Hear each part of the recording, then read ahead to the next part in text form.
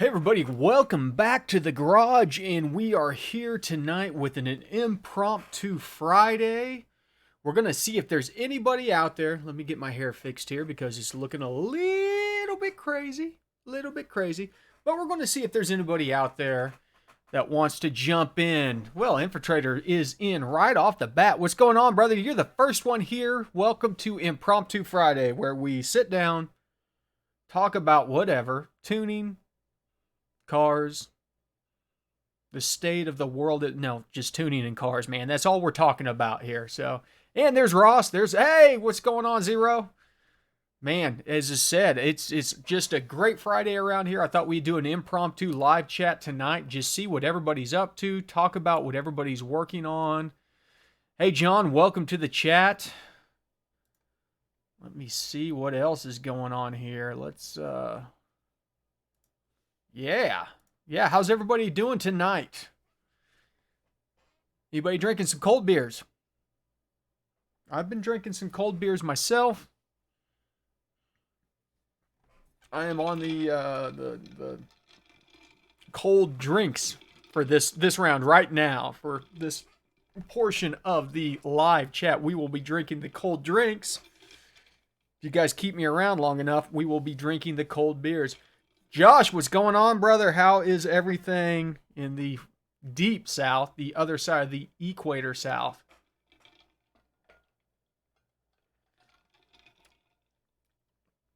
Infiltrator Strong asks, can I pay you as a personal trainer?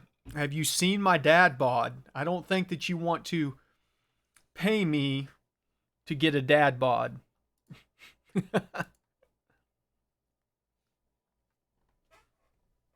I'm just saying. Unless you want to play the bongo drums.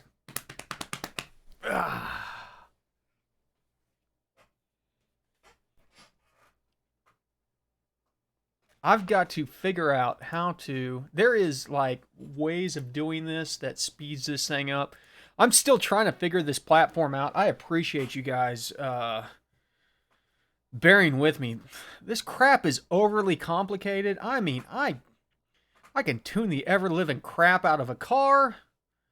When it comes to setting up YouTube, it kicks my ass sometimes. Sometimes I hit this button, thing starts doing it what I want it to do. Sometimes I hit the button, it doesn't do what I want it to do. Josh says that it is too early for beer down in Australia. I think that is a load of BS. So I'm calling you out on that one. I don't know. It just seems like everybody that talks about Australia talks about how often you guys drink. John is running a 408 Windsor, I'm guessing, Ford S480 Turbo in my Fox body. And he has a 2010 5.3 Turbo side project on pump gas and meth. Daily show. Hold on, you just threw me off guard there. Yes, John, we can talk about meth tuning strategies at a high level, easily. Meth tuning is one of the easiest things that you can do.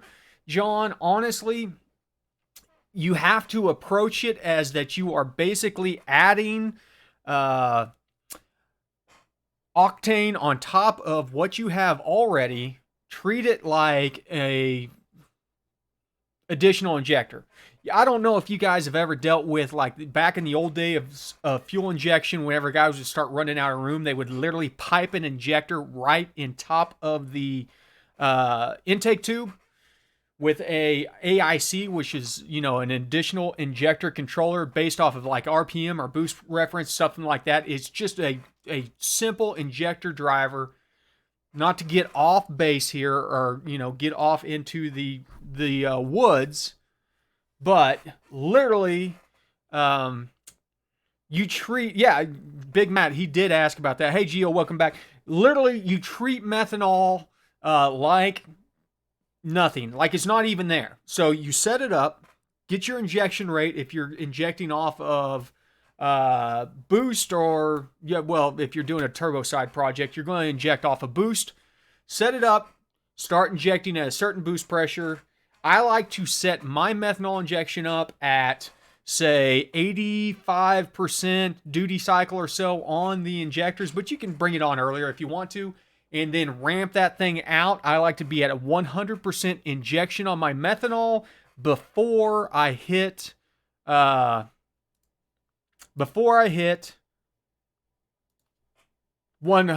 boost or whatever. So if I'm running 15 psi of boost, I like to hit maximum methanol injection at 10 psi or something like that. Set that up, then just go out and start logging. Start getting into boost. Whenever you start hitting methanol injection, you will run extremely rich and just dial it in like you would normally. Use your commanded EQ, versus your wideband. Set your fuel tables up off of that, man. Just dial it in. If you're shooting for 12.5% or whatever, shooting for 0.85 on your EQ ratio on Lambda, still shoot for 0.85, but with the meth, because whenever the meth starts kicking on, it's going to drop you down to like 0.7. Hopefully that answers it. Infiltrator Strog, you're asking for 15 or 30-minute sessions on HP Tuners. If you want to get that kind of stuff, check out the Patreon, man. It's down in the description. $15 a month will get you as many, email interactions with me as you can handle. So, Daily Show, did you just tip me $19.99? You're blowing my mind over here. Ross, welcome back. The Goblin has a new map sensor and ordered a wideband. Good, good, good. The new map sensor allowed HP Tuners to start working correctly. Good. Not into the beer yet. Bad. I don't know why you wouldn't be into the beer yet. But I'm glad to hear that you are getting that thing sorted out, man. Ross, hit up my business email below, because I don't think you're a patron yet. I'm sure you will become one before we know it, but hit up my business email, info@GoatRopeGarage. Send me pictures of this Goblin so I can post them up whenever we do next Thursday.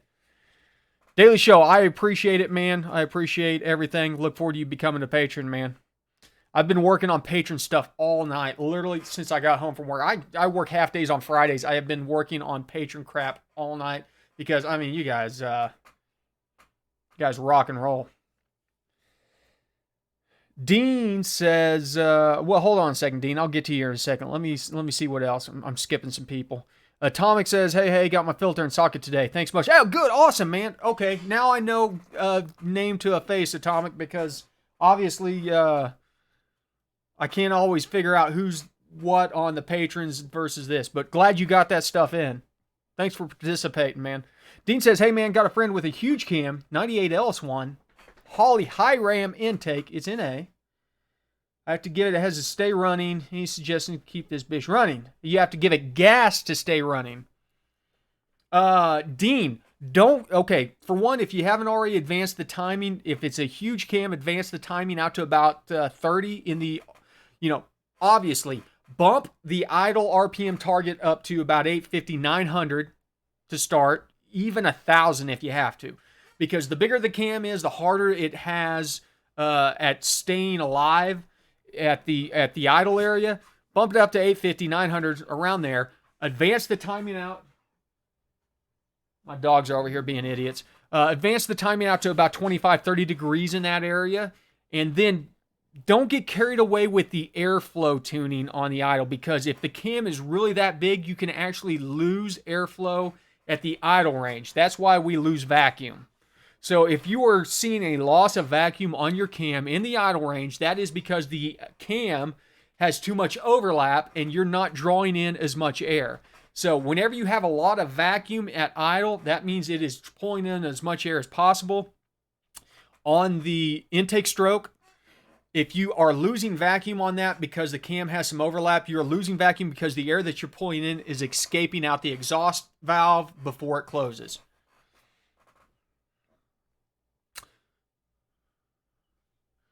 John says he doesn't have E85 around.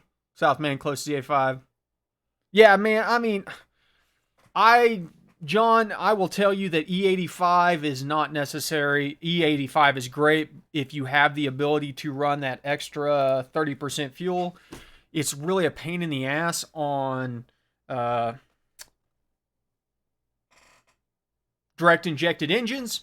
Sorry, I got text messages going on over there. It's really a pain in the ass on direct injected engines because these things don't have that much room to make power or make additional fueling off of these DI engines. So the windows are really narrow. So methanol injection is freaking awesome on DI engines. Methanol injection, honestly, I know there might be a couple people that read Corky Bell's book way back in the day. That thing is like 30 years old now. And he bitched about methanol injection being a Band-Aid. But I'll be honest with you, methanol injection is one of the best things. One of the best things that you can do. Thank you, Emerson. Emerson wants to see the dog. They just left. Hold on. Let me see if I can call them in here for you. Shh. Come on. One of the dogs come in here. Kimber 7. There's 7. There's the tuning dog. Stick your head up there. Okay.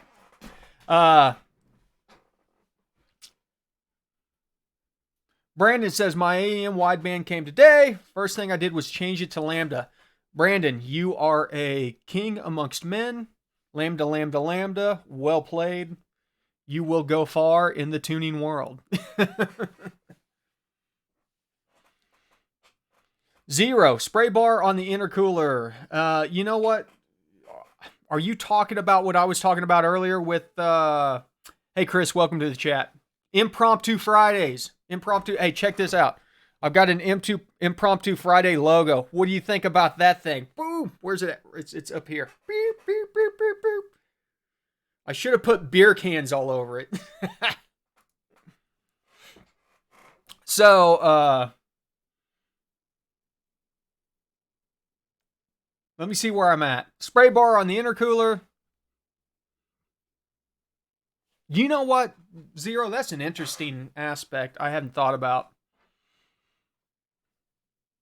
I wonder about doing some methanol spray bar on the intercooler. Since, I mean, even if you're spraying windshield de-icer, which is what I run for my methanol injection because it's like 25-30% methanol, the negative 20 or negative 40, whatever the anti-icing stuff is, you can't get it in California or Texas. Heads up. That stuff, you know, just works really great. Works great. Pre-mix, you don't have to worry about it. Just buy the same brand. I use O'Reilly's because I'm from Oklahoma, and I could buy that shit in the case. So, TJ is under the truck fixing to do some welding. This guy's AFR rocking tonight. What are you welding, TJ? Chris, welcome back to the channel. Zero, I mean, you could do that. You could do CO2 or N2O. That stuff's expensive though, man. I like cheap. I like cheap solutions. Squid, well, Emerson, if you got to give your car gas to turn it on, you are not supplying enough fuel whenever it cranks. So your bastard stepchild car, let's look. Let's just open one up here. Where's this GP2? We'll use the new Impromptu Friday with the sweet-ass logo. Yeah, that's a ZR1 up there. C6 ZR1. Doo-ba-doo-ba-doo. Look at this, man. There is nothing on this. This is what blows my mind. If you think that your tuning job is hard, Emerson here, this is what his ECM looks like. There ain't shit on here. It is blank. Idle has a base set point for it. Has no error adjustments for it. Ugh, it's annoying. But that being said, look at this area, Emerson, and dial that up. Hit that by like 1.05. That's 0.5%. Boom. Nail that by 1. Flash it in, try it. Nail it by 2. Okay, Emerson? Dwayne, awesome. It's going great. I hope you have already subscribed. If you haven't, hit that button. Welcome to the family. This is a tuning family. You are now a tuning brother. You are totally tied up in this. So, unless you don't want to learn tuning, then, you're in the wrong place, brother. That's what we're doing here. We're tuning. So, TJ is welding in bungs or an O2 fitting. Same thing, right? Joe asks, Joe, are you a judge by any chance? Just had to ask. Can you run a Gen 3 computer with new style knock sensors? I honestly do not know, Joe.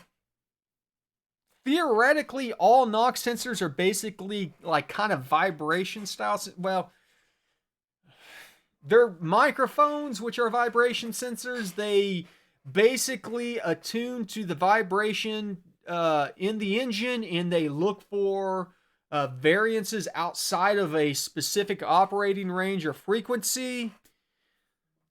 So I'm not sure on that one, Joe. And then John asked, do you ever shut off knock sensors? I do not, John, because honestly, knock sensors will keep you from blowing your motor up.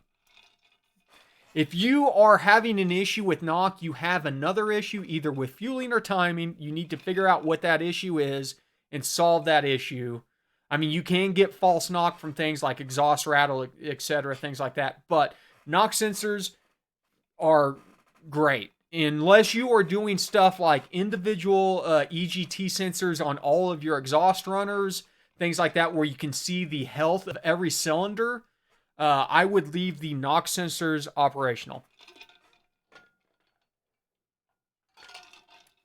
TSI, that's all I'm going to call you, man. TSI, your name's too damn long. Is 0.85 lambda a good wide open throttle AFR to shoot for to start with? TSI, I'm guessing you're talking about PE. 0.85 is a good power enrichment, yes, to shoot for.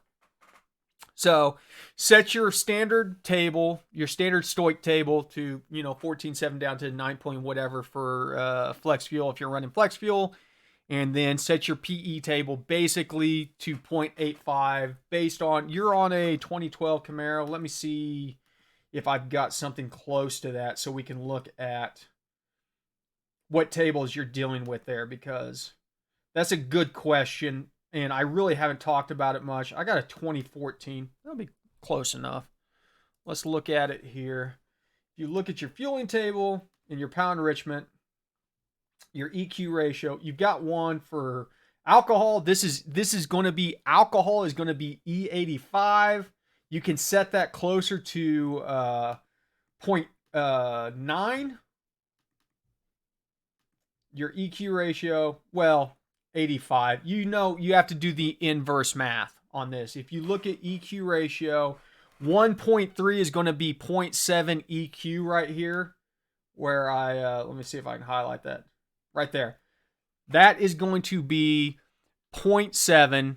That is too rich. You're losing power right there. So if you were to bring that down to 0.15 or whatever,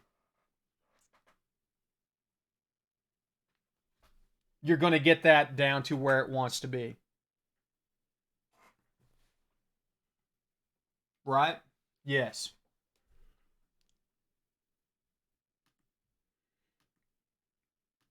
And as you can see, your gas is a lot leaner. Your alcohol is a lot leaner. Shift your alcohol not quite as much as you would shift your gasoline one.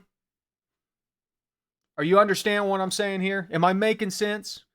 I've got a lot of shit scrolling on my screen here, TSI. Yes, read it backwards, TSI. That is correct. Okay, what did I miss here? What did I miss? A lot of stuff going by. Justin says, I'm new to tuning, but I'm having an issue disabling secondary O2 on a Gen 5. If I were to send you my data log tune file, would you be willing to check it out and give pointers? Justin, no, I don't do that unless you're a patron. Sorry. I mean, and that is just because the patrons pay for that feature, you can check out the description below. It's $15 a month if you want to check that out.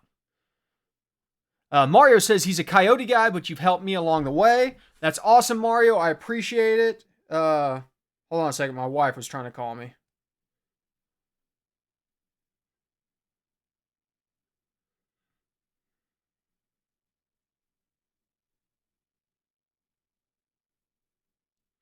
There we go.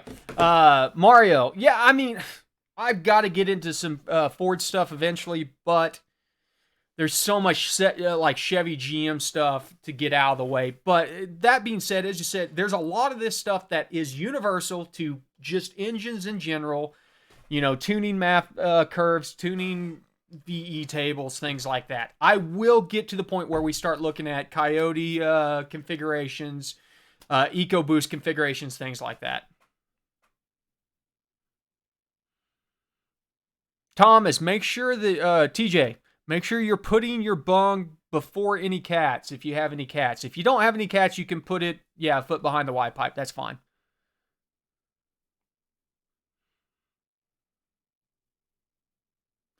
Zero, running a Gen 4 block, using the Gen 3 NOx sensors in the Gen 4 location, Gen 3 ECM. Yeah, I don't know what the difference between the NOx sensors are. They're probably all 2-wire NOx sensors. They're probably all the same voltage. They're most likely 1 to 5 sensors.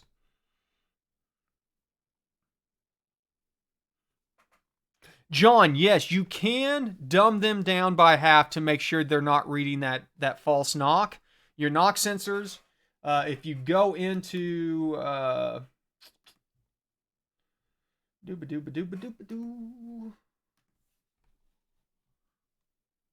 boom. Okay. If you go into your multipliers here, you can drop your multipliers down if you have a multiplier table.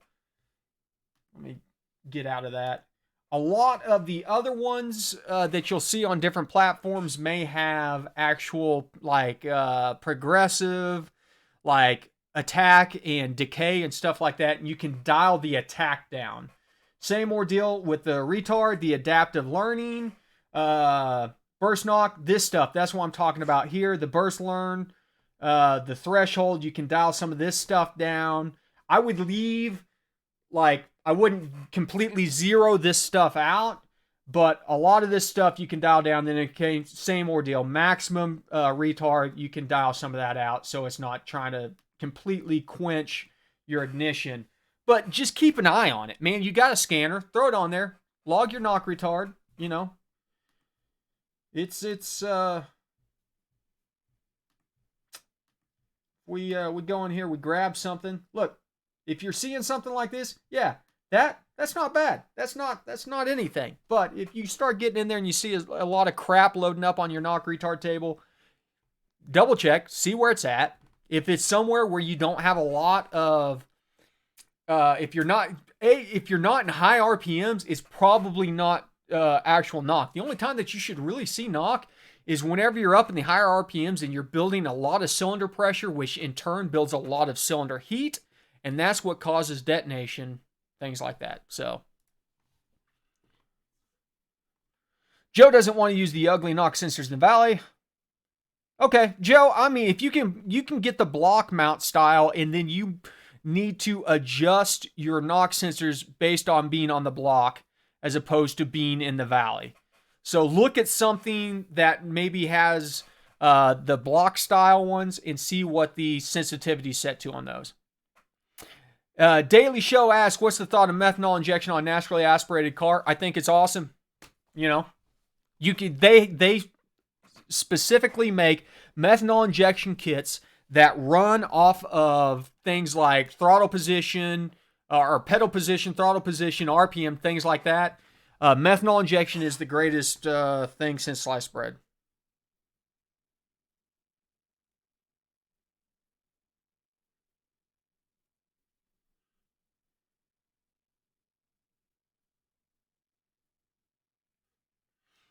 My wife got attacked by a raccoon, apparently. Hey, PCM Cobra, what's going on, brother? Yingling time. I'm living in Pennsylvania, but I do not drink that crap. Sorry, brother. Big Matt, when are we going to get some merch? Very soon. I actually have a merch store that's getting started up here.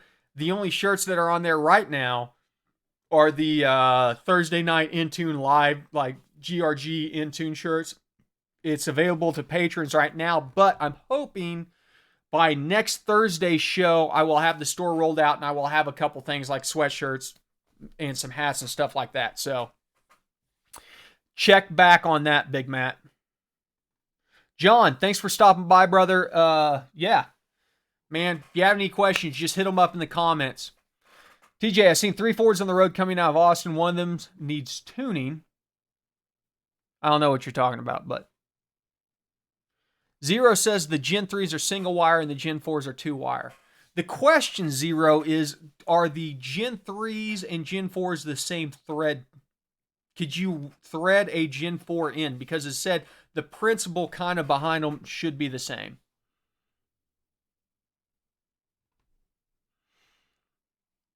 Squid, car dies when coming to a stop. Man, Emerson, you're killing me, Smalls. You need to send me logs of this.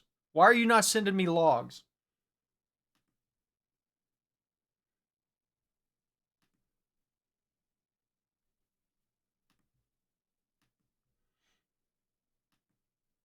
Emerson, send me logs of your car dying whenever you come to a stop. We'll get this sorted out. Josh House, you got the AEM wideband. Do you use the optional serial output? If you have the MPVI2 Pro, you can use the serial or the analog.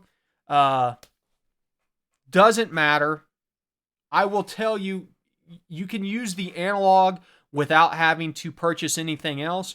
You can use the serial with a very minute investment of a serial to USB converter. I've got a video out there.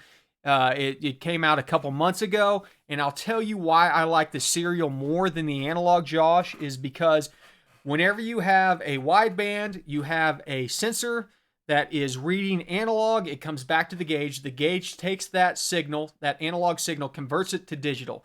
And then based on your gauge, it spans it out either in AFR or EQ or whatever. Then from that gauge to get back to your scanner, you've got a couple options. You can go serial, which is a digital signal. So the digital signal that's already been converted stays digital all the way to your laptop. Or you can then convert it back to an analog signal, which then goes to your MPVI2 Pro, which then takes your analog signal and converts it back to a digital signal. And then you have to do some scaling in the scanner to get that thing to read properly into the scanner because it's reading an analog. So there's a lot of moving parts, gears, meshing, turning, all kinds of crap happening. The cleanest signal that you can get nowadays actually is the CAN one. Not all of them kind of have this CAN for the AEM net. That's not the same thing. There's a specific OBD2 AEM gauge that comes out on a CAN connector. That one's pretty damn awesome. It's a little bit more expensive though. It's like $220. Serial is the best bet for the other ones though, but you're going to have to buy like a $20 adapter, or you can use the analogs if you already have the Pro. So that's all the information there, Josh. Though, if you want to go to my page, and there is a link on there, I can look it up for you if you need me to. Josh, what's going on, brother? Thanks for stopping by. Animal, thank you for coming back again. PDT Bob, experience with Hellcats, only beating them on the strip. No, I'm just playing with you.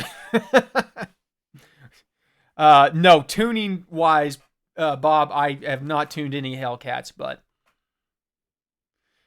Kenneth says, also on the AM wideband, should I go ahead and get the Lambda face? Kenneth, if you are tuning in, well, if you have not already ordered your gauge, the gauge that supports Lambda will have the Lambda face with it. So it's just, you got to get the one that has the 2 push buttons on it, Kenneth. Zero says the Gen 3 actually does have a different thread pitch. Good to know. Thanks, Emerson. I appreciate it, brother. I will. Hey, Emerson, pay attention next week. There will be the new logo design. We are getting a new logo. It's going to be a cooler logo. It's going to be a shirt logo with the new Goat Rope Garage, Goat Head stuff. Like, it's going to be cool. So, and then it'll have something on the back. Probably the first one will be the ABT, always be tuning kind of stuff. Hey, Wallace, welcome back, brother.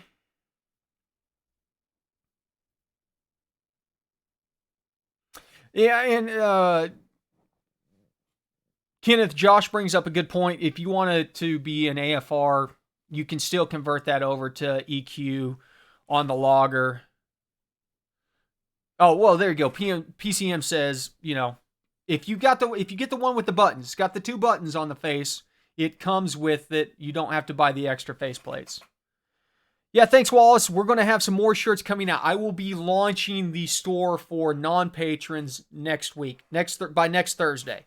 So I'm trying to get the standard, like, Goat Rope Garage logo shirt out there instead of, right now all it has is the Intune. In fact, mine's supposed to be showing up like on Monday, so I'll be rocking, next Thursday, I'll be rocking the GRG Intune shirt, which is the Intune logo. PCM Cobra, where are the GRG stickers from my toolbox? Stickers will be coming out here soon also. So I appreciate everybody's interest in the merch. I appreciate everybody's willingness to share the brand out there in multiple, sharing the videos, sharing the streams. Man, you guys are the best. Guys, I mean, I love this. You literally have made me love getting into this. But hey, listen, I am going to take 5 minutes. Everybody stick around in the chat room. I'm going to throw up the hold screen here, throw a video up. I'm going to take 5 minutes. I will be right back. Nobody disappear.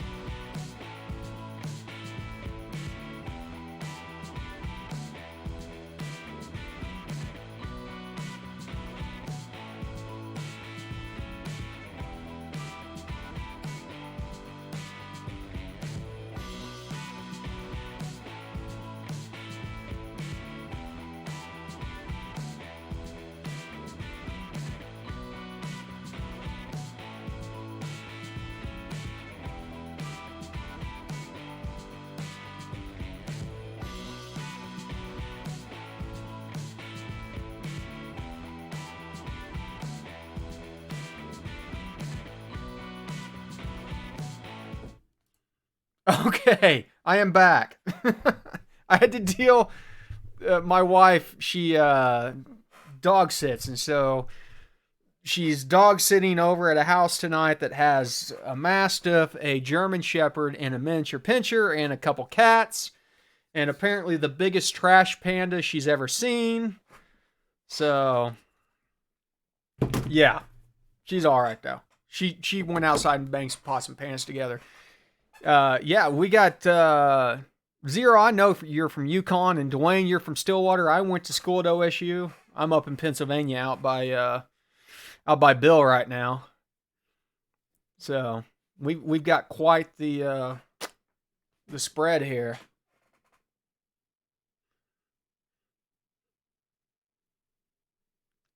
Yeah, and I'm from Enid, lived in western Oklahoma. El Reno was the last place I lived in before I moved down to Texas.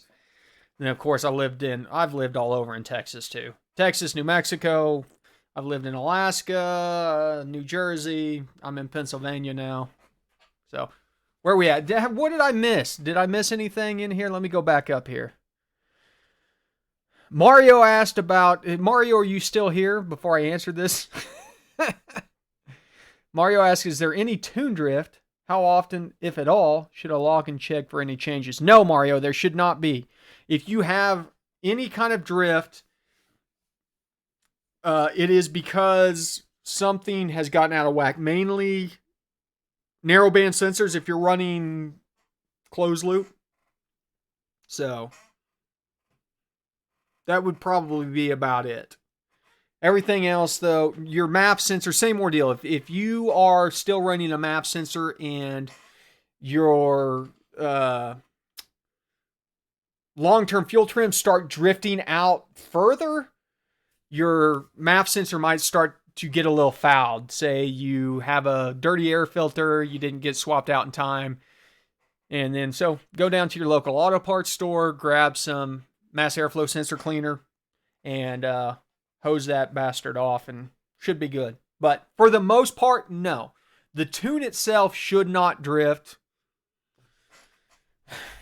But yes, it's possible. This is not something that you need to look at that often, if ever. Your narrowband should clean all that up for you. And Emerson asks, if anybody else has a turbo bastard stepchild? He's running a Pontiac GP2. There's probably, well, Bill's here, Emerson, who has a Colorado with an i5 in it, or a Canyon, which, yeah, I mean, it's got 5 VE tables. That stuff is crazy. I'm not getting paid for this. I mean, I just, this is how much I support the brand. AEM needs to step up and sponsor this channel, don't you think? Should we start a petition?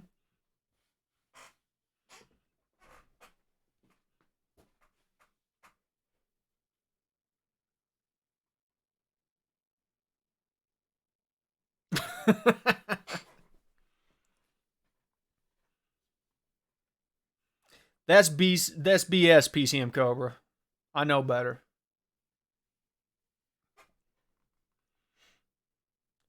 Zero factor, I don't know if you can swap that ECM out for something else or not. That's such a weird platform. It's a P05. I don't know what else uses the P05. Wallace asks, how can you tell if the meth setting is too rich? Wallace, it's too rich if your vehicle stumbles and dies. But honestly, you can't run it too rich. If you are having an issue, Wallace, where it's too rich whenever you're trying to dial your tune in, dial your max level back on the top end and tune up. So if you are peaking out at, say, 10 PSI, set your peak out to 15 so you're not hitting your max meth injection at 10, and get that dialed in, and then start bringing your max ramp down until you can get that part tuned in. It is standard AFR tuning on the MAF, on the speed density. So You know, there's technically not in such a thing as too rich on there, other than it just will run like total crap, Wallace.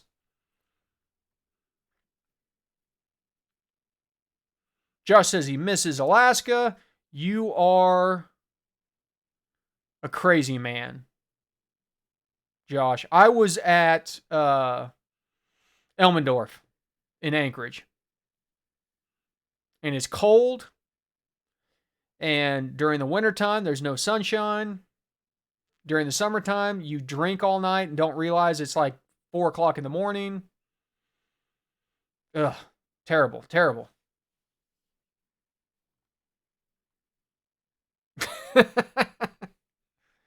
You are correct, Zero. You know, that turbo might be a little bit small for PCM Cobra. Oh, man, that sucks to hear, brother. Sorry to hear that.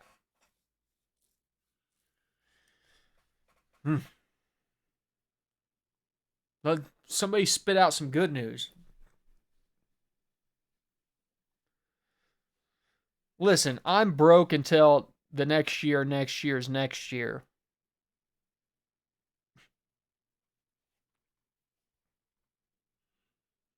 Josh, you say that, man, but working out at the flight line in the middle of winter whenever it's like negative 70 wind chill, it's not worth it, brother. It's not worth it one bit.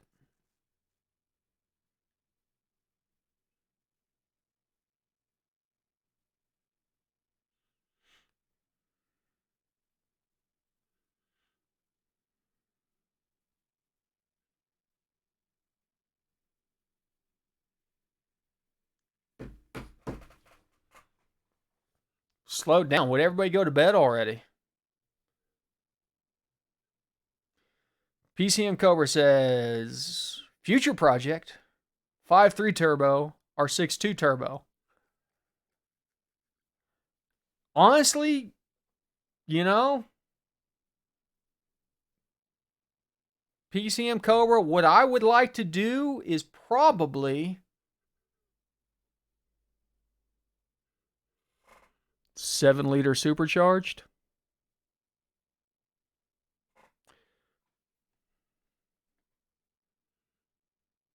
Yeah, I know, Bill. That turbo would be good for your 3.5. Yes, Zero knows 13 pounds. That's what's being run on the Super Auto today. Next week, it will not be. Romeo. 4.8 turbo for troll. Dude, the 4.8 is a beast. That block is bulletproof. So, you know, rock it.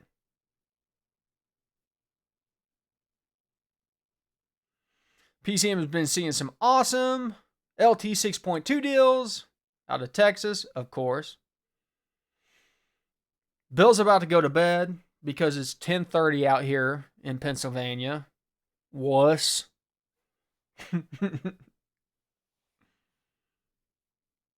Please know what, Zero?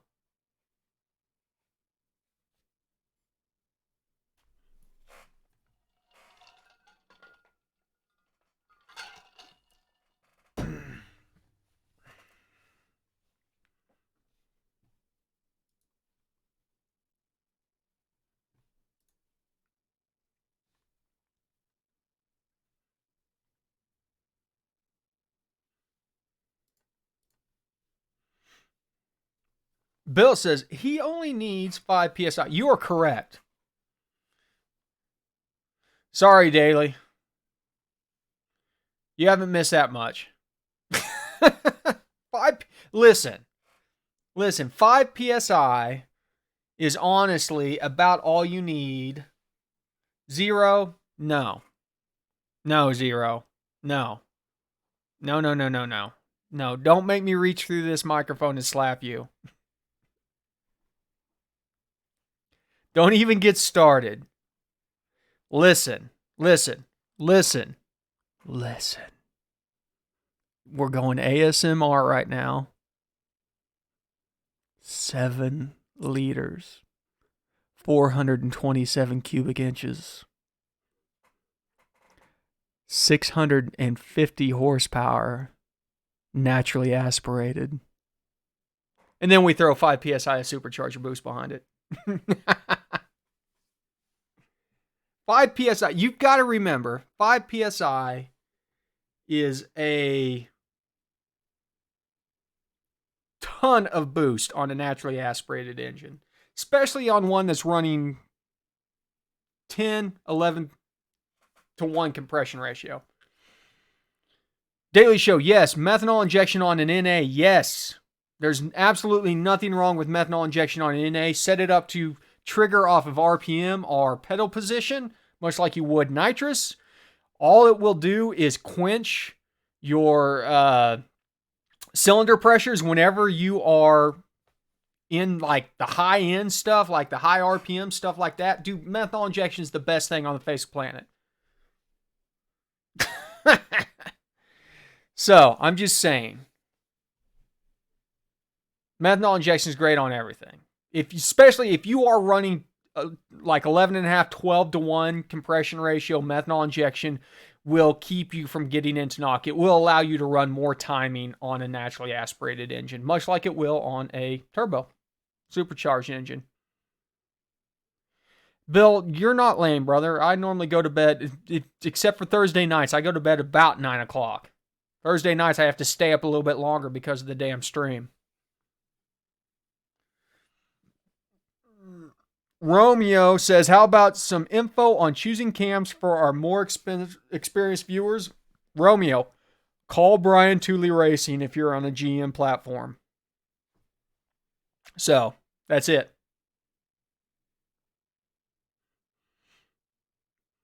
Tell them, Romeo, tell them what you are trying to accomplish. Tell those guys at BTR what you're trying to accomplish. You will notice a trend. If you look at everybody that is high performance, you know, the guys like Race Proof Motorsports, Texas Speed does their own stuff, but a lot of people out there that do cam swaps all run BTR stuff. Call Brian Tooley. That guy is a freaking cam genius. So that's what I ran on my Corvette. It's the one I got downstairs ready to go in on the Silverado. Chris says, meth, California sucks. Yes, you can't get the good stuff in California. You can't get it in Texas either, Chris, so don't feel bad. I don't know why Texas, you can't get washer fluid with, methanol in it. Stupid. Big Matt is still having the idle issue where it's rich on startup, lean at the end of the log. I tried smoothing between the zones like you said yesterday, but still lean, can't figure it out. Hey, Big Matt, check your... Big Matt, tell me what your platform is again real quick. Let me pull up a log or a tune for your platform, Big Matt. Emerson, I do not have a Facebook page. I do not do Facebook. I'm a grown-ass man.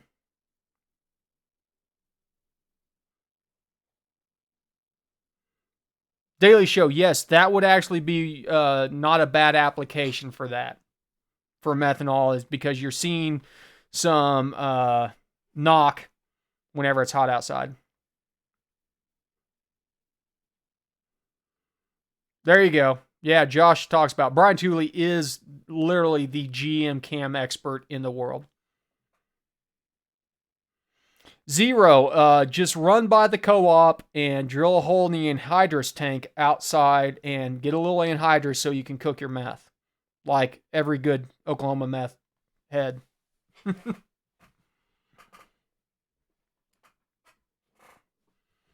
Emerson, I'm not going to make a Facebook page for the channel. It's not going to happen, brother. Too damn old for that. Too damn old, too damn married.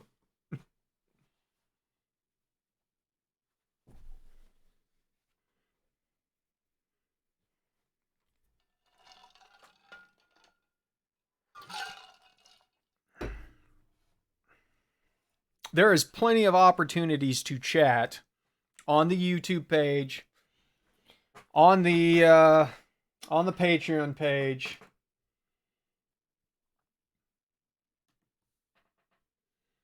Okay.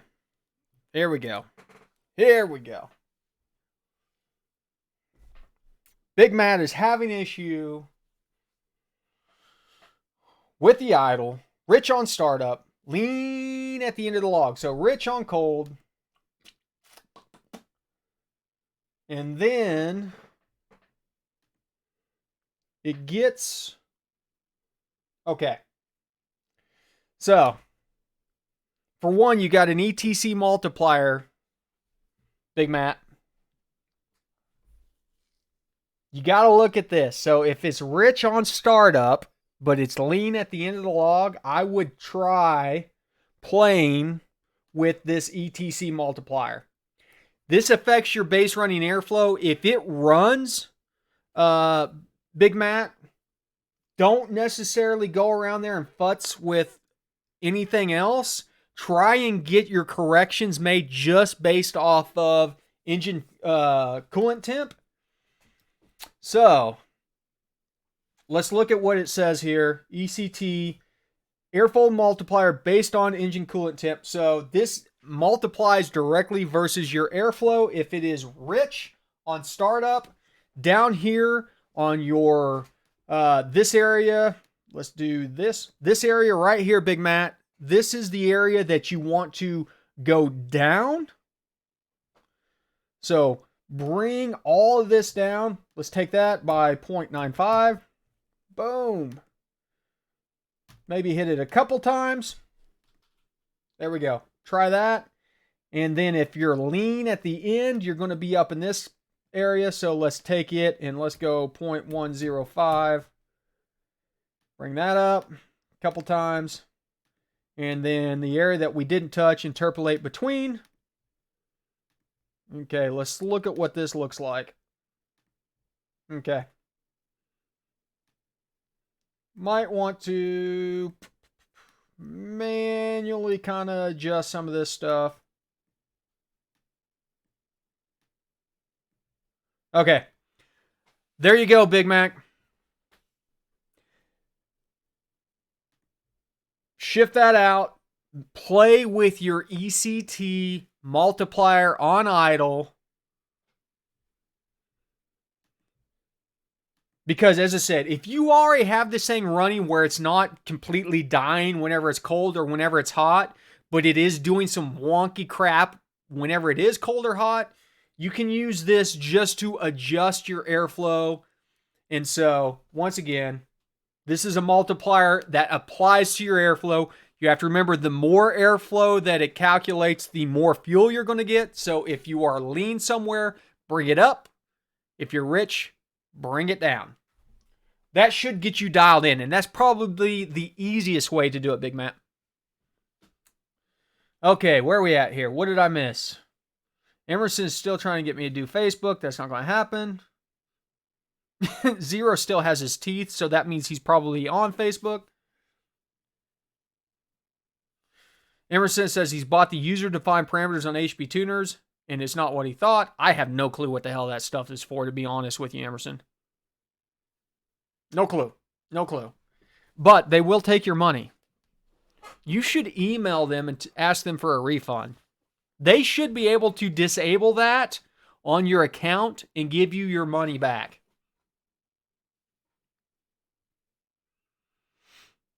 Mario asks about torque tables. Mario, did you tell me what platform you were on already? You're not on a Ford, are you, Mario? Dear God.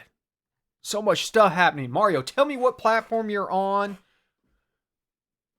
and I will pull it up specifically and show you what I'm talking about. There is some stuff you can log, but getting into the log side of it, yes, I have some videos on torque tuning. Look for those, but we can jump into that pretty quick.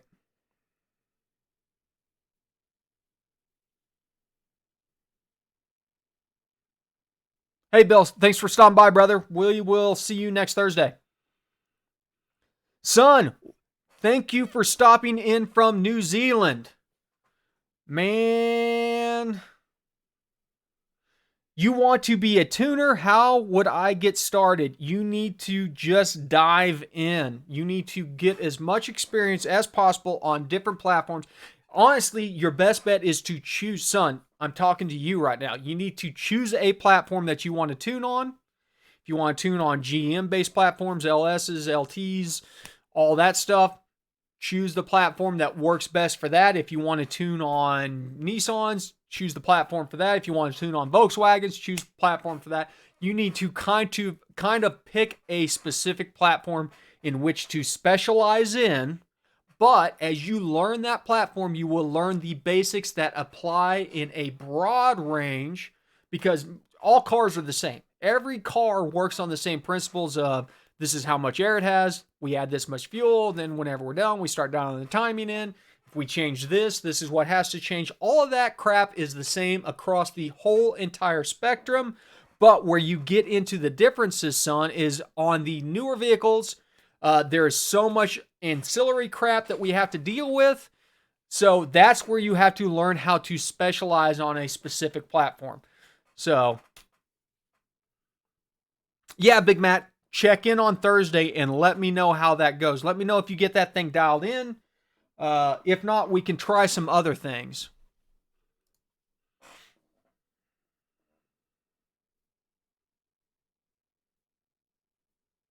Romeo asks, can injector timing be adjusted on an E38? Are you talking about start of injection, Romeo? Mario, I knew you were talking about a damn Coyote. I don't know about that, Mario. On the Coyotes, I do not know. I've not looked at it. Most likely, since they are torque based, there should be a commanded torque and then there should be a delivered torque, and you should be able to see whenever your delivered torque reaches your commanded torque. The thing about it is, Mario, your commanded torque, your delivered torque should never reach your commanded torque, if that makes sense. So you should always be asking for more torque than your engine can deliver, because if your engine is able to deliver what it's asking for, things like your timing and your throttle will start to back off and say, okay, hey, we've reached what the ECM is asking for. This is the max amount of power. I see this more often on like Gen 4s, late Gen 4s, Gen 5s, where guys are like, man, I've got a supercharger on this thing and it should be making a shit ton of horsepower, but it's not doing anything. And I go in there and I look, and like the torque tables are stock and they max out at like 400 foot-pounds of torque. And so literally the engine makes 400 foot-pounds of torque and then says, okay, I've made what I'm supposed to make. So go ahead and start pulling timing and don't let the throttle go open anymore. Yeah, Emerson, they are often useless and pointless. I'm sorry, man. That sucks. I'll be honest with you.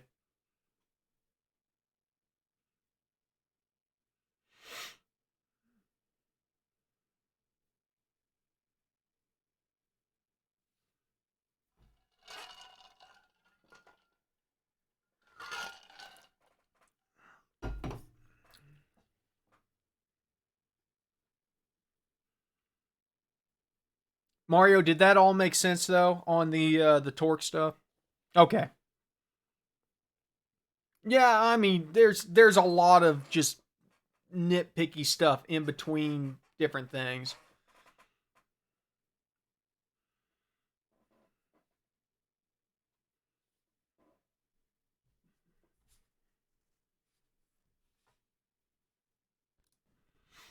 Man, good turnout tonight, man. I appreciate everybody showing up.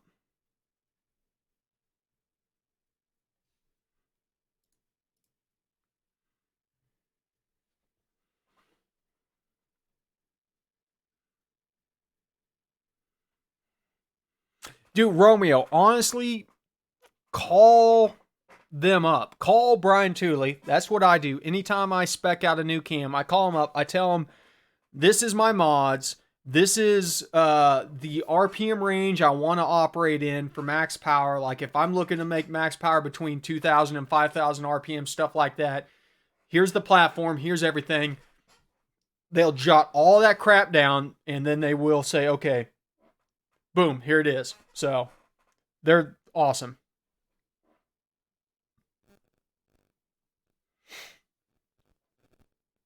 Thanks, Emerson. I mean, it's you guys already. Yeah, I appreciate it, Mario. I mean, it's as I tell everybody, this is a great experience for me because I get exposure to new platforms that I normally don't work on. I've been working on GM platforms since 2007-ish, 2006. I started with the 2005 GTO. That was the first platform that I tuned on a GM. Before that, I did Subarus, RX-7s, things like that. I did a lot of imports, but went from the GTO to the Corvette. Had an '08 Corvette that I bought brand new off the showroom floor. Went out, ran a 12.7 on that thing, bone stock with the run flat tires with HP Tuners. Same day, jacked into that thing, changed a couple things, and ran a 12.3. I shaved, 4 or 5 tenths off of the quarter mile time on that Corvette. And then I ended up getting that thing down into the 11s with an intake and headers alone. Still on the run flats. At that point in time was a record. Since then I've done all kinds of crazy stuff on GMs, Chevys. I've had 2 Duramaxes. I don't do diesel tuning. If anybody's on here wanting me to do diesel tuning, I'm not going to do diesel tuning. That shit is completely different. But then, of course, I had a couple more gases, and now I've got the Super Auto. But I love the GM platform. I love it. It's my favorite platform. Subaru would probably be my second favorite platform. There's a lot of open source stuff on the Subaru. Whenever you can go out and buy a $20 adapter off of Amazon and then tune your Subaru, that's mind-blowing to me. Sure thing, Dwayne. Thanks for stopping by, man. Mario, dude, it pisses me off. I am here to tell you listen, Mario, the reason why I started this channel is because of people. Listen, I'm not trying to throw shade. I'm not about to throw shade here. This is not me being shitty, but this is Impromptu Friday. This video will not be available outside of the live stream. So I'm sitting here. I'm going to tell you right now. The people like the tuning school is bullshit. It is bullshit. The people they have swindled people out of money. They do not provide a service. They take your money. It is bullshit. It really kind of makes me angry because they charge so much damn money for those books. $400 for a book? Are you shitting me right now? And the steps in that book, it doesn't explain to you exactly why you're doing this crap. And so there are some decent references out there where you get what you're paying for, but no, you don't get what you're paying for. You get something for paying for it, but I don't think that it is worth the money. So, and then on top of it, Mario, if you go over to the forums and you ask a question and it's been answered before, people will look at you like you're a damn leper. I mean, and they'll cuss you out and tell you to hit the search button and shit like that. And that's fine. Don't get me wrong. But at the same time, if you then follow up, they won't even, half the time they don't know what the hell they're talking about. There's about 4 dudes over on the HP Tuner forums that knows what the hell they're talking about. They bust their ass. Don't get me wrong. These guys are great. Not throwing anything about the guys that spend their time on the forums and answer questions. I mean, bless them. They're awesome because it is a huge pain in the ass to find answers to the most simple questions. And then on top of it, I'm here to tell you, I've got my dogs worked up back here. They can hear me getting angry. Then on top of it, you open up a tune file on some of these cars and there is so much crap to decipher that you don't even need to know what it does. It does not matter. It does not matter. I promise you. It is so simple. I have hammered this home. Bow, bow, bow, bow. Hammered this home. Air, fuel, spark. That is all that we tune. Okay? That's all we do. If we're tuning idle with the largest cam on the face of the planet, we're tuning air, fuel, spark. You're tuning twin turbos on a, 600 cubic inch engine, you're tuning air, fuel, spark. Back in the day, guys made shit tons of power with a carburetor with a blow-through carburetor, with a huge root-style blower on top of it. You know, we're doing the same thing. We just have to deal with complications. So that's my soapbox. I will step off my soapbox. And most of you have probably seen my introduction to tuning video where I say, do not go out there. Do not waste your money on these courses. You know, you can go out there, you can spend $2,000, you can go to a 3-day course, and they jam so much information in your face, and they give you a book, and then they send you home, and you're like, oh, well, shit. I could have just bought the book because I can't remember all the stuff that they were throwing at me. It was so much information at once. Yeah, exactly, Wallace. I appreciate it, man. And that's the thing is you know, a lot of this is, as far as the YouTube side of it, I don't make shit off YouTube. You know, I make, Mario, it's all right, man.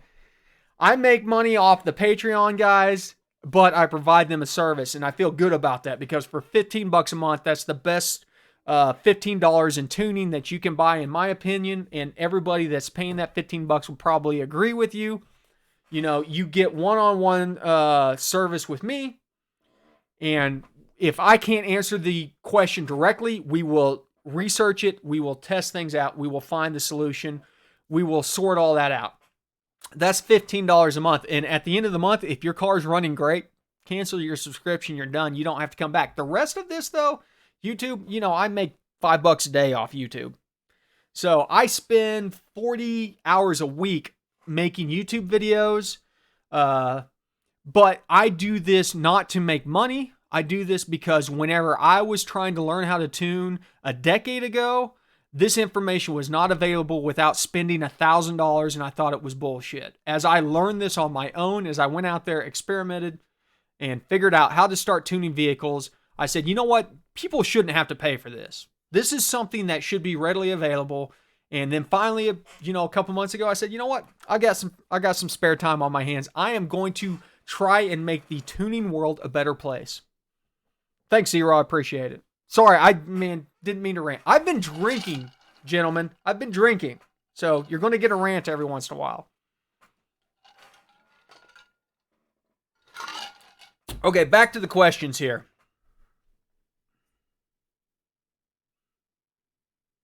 Yes, Mario, you are correct. If you ask a technical question, you're lucky if you get one actual response. But yeah, if you ask which blue is the better blue, you will get 1,000 responses. It's bullshit.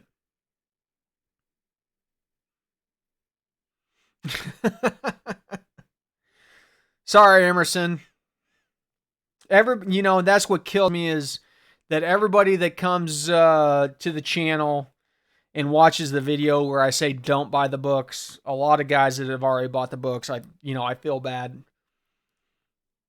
But I don't want to throw shade at those guys. They have a service that they put out there. I just don't feel like that you are getting your value for the service they are providing. And you know what? It's something I'm willing to do for free, so I guess I'm the asshole. King Size 86 says, I can't get my timing to go higher than 30 degrees when I step on it. Is there a separate tab that alters my timing, like a limiter based on cylinder air mass? King Size, it depends on your platform. Yes. We need to know what vehicle that you're tuning. 30 degrees on wide open timing, though, is probably quite a bit on wide open. Josh is right.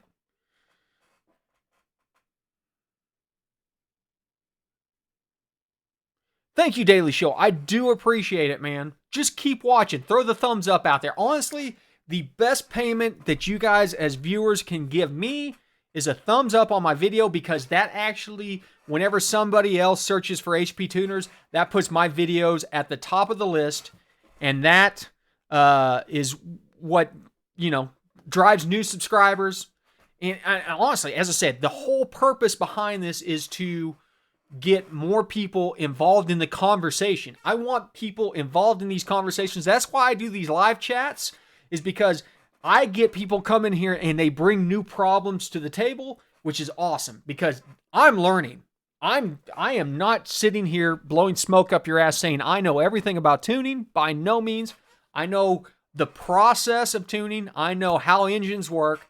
I know how to apply a lot of these features and how HP Tuners interacts with things like that. But I get curveballs all the time where I have to go back. I have to look into it and figure this stuff out. So.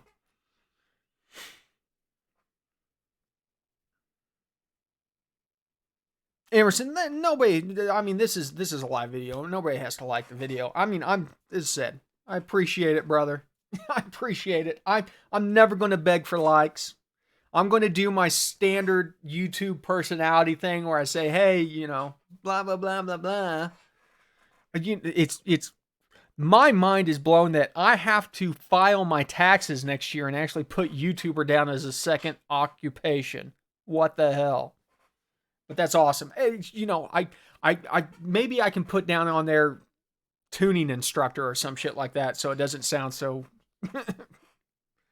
so weird. I don't know. Anybody's got any more tuning questions here? We should probably wrap this up. It's getting a little bit late on the east side. One of my dogs is back here staring at me like she's going to pee all over the floor. I'm about out of drink. It's about time to go get a beer. I mean, we're down to only 25 viewers right now, so just messing with you guys.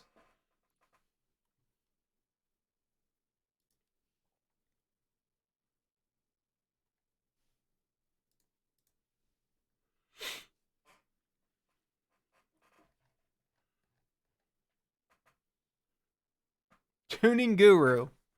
I could try that. As long as I can get some tax breaks, it doesn't matter what the hell the title is. Virtual instructor. I don't know about that one. Virtual instructor makes me feel like I'm not real. TJ asked, should I get rid of VATs?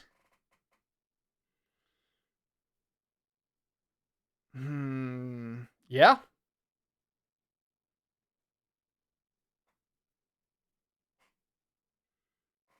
TJ, are you talking getting rid of your variable timing on your truck?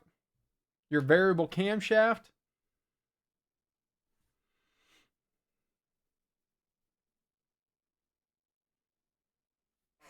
Josh, have you ever adjusted the physical timing on LS? How's it work with coil packs? No. Why would you? I mean, you can, oh, no, you're talking about, TJ's talking about the security system. Somebody chime in about VATs. TJ, you can get rid of that. I don't know. That's a weird one, man. I've never had to get rid of VATs. Thanks, Burley. Thanks for stopping by, brother. I always appreciate your showing in there. Romeo, yes, we will rebrand this the GM Center of Learning Quality Vids.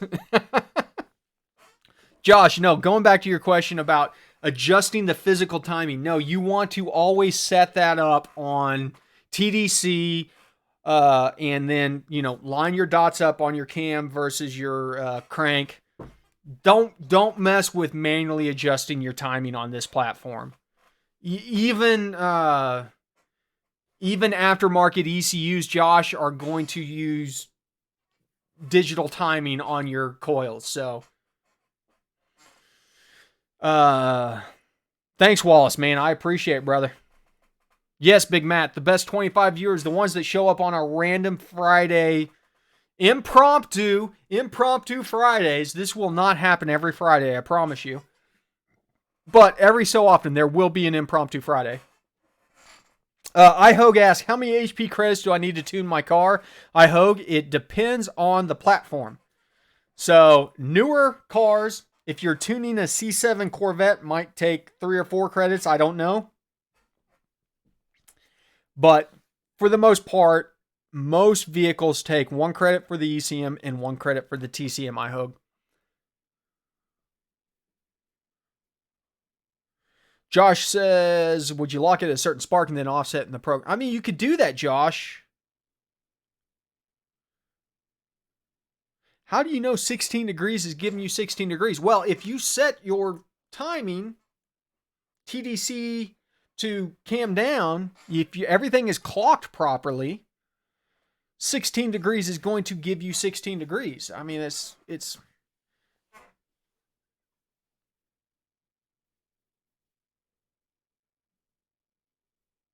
yeah, TJ, the VAS is a security. Are you having issues with security where the car does not want to start? I hope you got a 2010 Camarillo. Are you smoking that thing? It's probably gross by now. Emerson, what exactly is valve float? Emerson, valve float is where you have so much boost, it pushes your intake valves open because your springs are not strong enough to push against it. So, and as Atomic says, it mostly happens in high RPM, but it is generally boost related.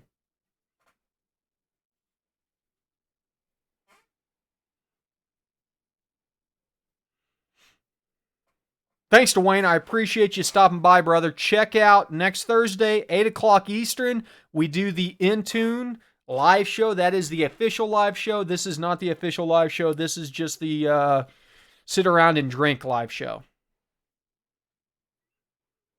Yeah, I think Atomic's right. Like VATS, you only want to disable VATS if you absolutely have to.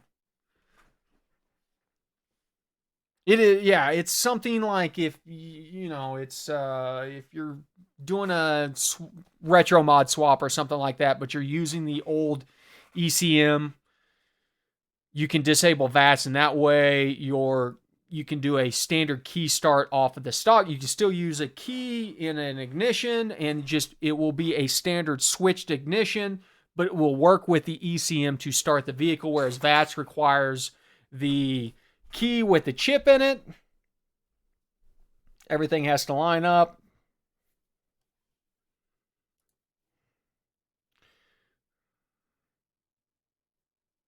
TJ, you have a Viper alarm. It's tied into everything. That is probably correct. Oh, there you go. Chris says if you don't have the body control box, the BCM, then you need to turn VATS off. Son, I normally stream on Thursdays at 8s. What can I do now to get up and started on tuning like RBs and rotaries? Okay, well, rotary, if you're wanting to start on rotaries, brother, they are a beast of a different nature. You know, I love rotaries, man. I had an FD RX-7. It's been one of my favorite cars. The fact that you can get that much horsepower out of an engine that small blows my mind. That is going to be the one exception. Technically, it still works like a standard car. An RB works like any other engine out there. Air, fuel, timing. Rotary's a little bit different. The timing's a little bit different on those. And the fueling is very important. You know, a rotary, if you get even the smallest amount of knock on one of those, it blows the apex seals out. But that being said, son, you need to immerse yourself in tuning. You need to try and get a platform in which you can start tuning on. If you're in New Zealand, grab something that has an RB25 in it. You know, the taxi cab motor, the cheapest car that you can find, man. Grab a friend that's got one, grab somebody, find the platform that they tune that on. The one that will allow you to do the standard ECM style tuning, if they can do that on that. It might be a chip tune setup. I don't know, man. You're talking outside of my wheelhouse there. But find something like that, spend time, go in there, start playing around with it. I mean, that's the only way that you can really get experience is by doing this. You can go through the practical learning process, and all of that doesn't make a damn bit of difference until it comes down to actually going out there, doing some street tunes, learning how to do it. But start at the basics, learn about Lambda, learn about AFRs, like what, the commanded AFRs are, what the commanded Lambdas, learn about timing, how timing affects different things, learn about the 4-stroke engine process, like learn the basics, okay?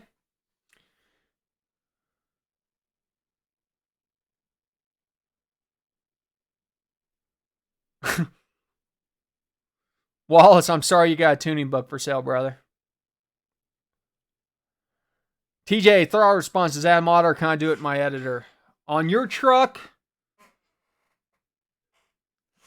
there's probably some stuff that we can do to get a little bit more throttle response on that, but honestly, you're still fly-by-wire. Hey, Josh, that's a Ford motor, so you're going to have to go ahead and leave the chat now. Sorry. Emerson, my first name is Kyle. That's short for tuning master. You see how the letters line up?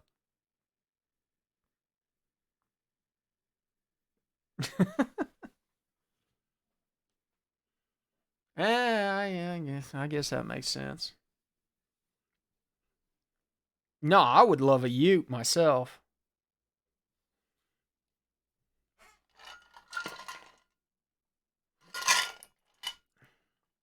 I mean, there's something about them jamming like a pissed off LS and an El Camino. Thanks for stopping by, Wallace, man. I appreciate it. We will see you Thursday. Thanks for signing up also, man. I haven't checked my email, but I'm taking your word for it. There you are. Yep. I'll get your koozie out here in a couple days too, brother. Sounds good, Ross. You have a good night, man. Don't forget to send me that picture, right? I didn't know you were still around. I want a picture of your goblin. Send it to info@goatropegarage.com, Ross. It's in the description. So, I'm about to wrap this up myself, guys.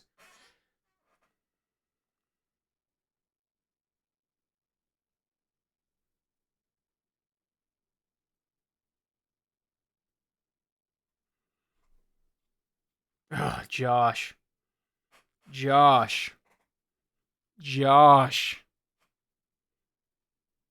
You're probably right, but I'm not going to admit it tonight.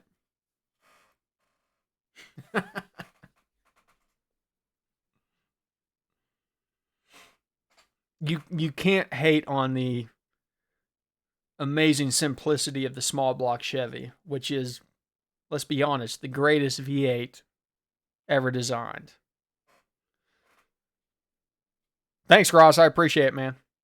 And Josh House, yes. Nearly bear clock down under, cheers. Cheers to you, brother. And all the other Australian, put another shrimp on the Barbie, have a Foster's, all that other bullshit.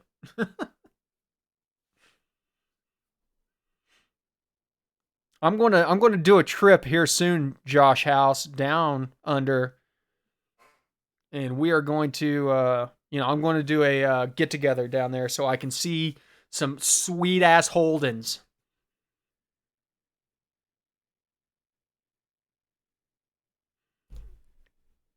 Oh, you're talking about the Baby Duramax.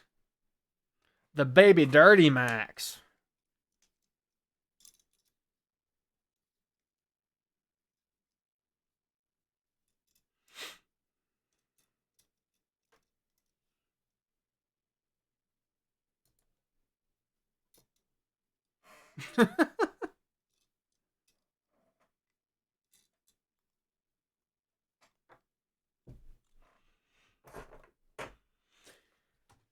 Okay, ladies and gentlemen, we are going to wrap it up. We are calling it a night on Impromptu Fridays. I want to thank everybody who stopped by. If there is, for some reason, which I will not understand, somebody in this chat room who has not subscribed to this channel, hit that button. What the hell are you doing? But I'm guessing that since I have 24 friends in here, from the looks of it, 21 friends in here, we've had a few go to bed. Got 21 friends in this channel. 21 members of the Garage family. thank you for spending your Friday nights in the garage, tuning, working on stuff, cranking those torque wrenches, living life, making horsepower, learning something new. You guys have a great night. Have a great weekend. Make sure and stop by next Thursday, 8 o'clock Eastern, EST. Stop by EST, 8 o'clock Eastern, for GRG In Tune live on Thursday nights. That is the big show. We are trying to get over 50 concurrent viewers next Thursday. So, and we're coming up here on 4,000. So do me a favor. You guys are the columns that support this foundation. Share this crap. Throw it out there. Not this. Don't share the Impromptu Fridays, but share the video that you found the most useful. Throw them out there to your friends who are tuning, trying to learn this stuff. Let's bring more people into the fold. Let's spread more information, get more people out there learning how to tune their own vehicles, becoming masters of their own craft, learning to use that wrench, that digital wrench of horsepower. You guys, have a great weekend. I appreciate each and every one of you. Thanks for stopping by.